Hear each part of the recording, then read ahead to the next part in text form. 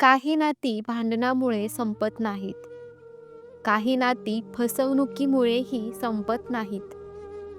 काही नाती हळूहळू मरतात.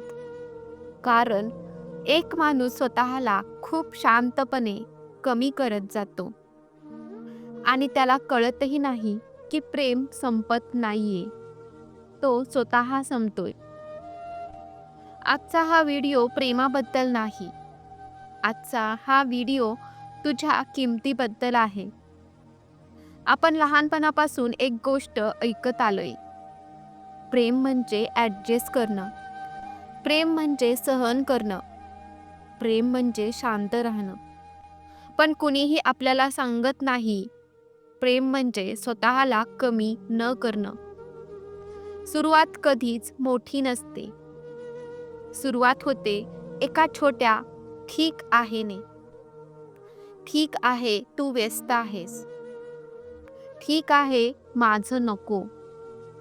ठीक आहे, मी समजून घेतो. आणि हळूहळू मी आपण होतो. आणि आपण फक्त तो किंवा ती होतं. एक वेळ अशी येते जिथे तू भांडण करत नाहीयेस कारण थकलायस. समजावून सांगत नाहीस कारण उपयोग होत नाही. आवाज उंचावत नाहीस कारण गमावण्याची भीती वाटते. आणि तुला वाटतं हे मॅच्युरिटी आहे. पण खरं सांगू का, ही मॅच्युरिटी नाही. ही सेल्फ रिस्पेक्टची हळूहळू होणारी अंत्ययात्रा आहे. एक दिवस तू शांत बसलेला असतोस. फोन हातात असतो, चॅट उघडलेला असतो, पण पाठवायला काहीच नसतं. आणि त्या क्षणी तुला एक गोष्ट जाणवते. तू आता तुझ्यासाठी उरलेलाच नाहीस. हा क्षण फार भयानक असतो. कारण कोणी तुला दुखावलेलं नसतं.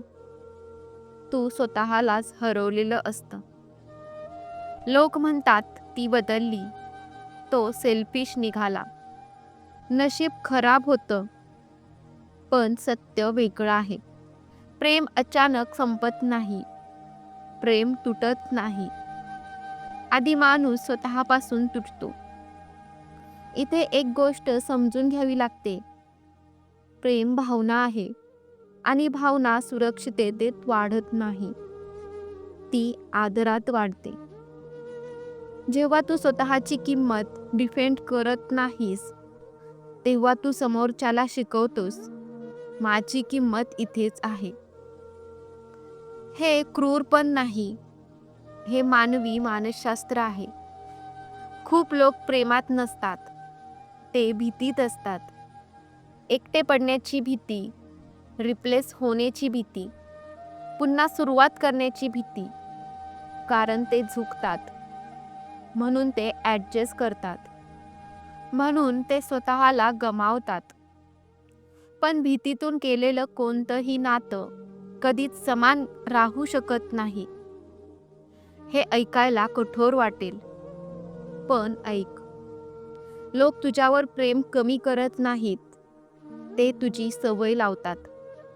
आणि सवयीला आदर नसतो, कुतूहल नसतं, थांबायची भीती नसते. जिथे अवेलेबिलिटी जास्त, तिथे व्हॅल्यू कमी. खूप लोक घाबरतात. मी सेल्फ रिस्पेक्ट दाखवली तर ती निघून जाईल.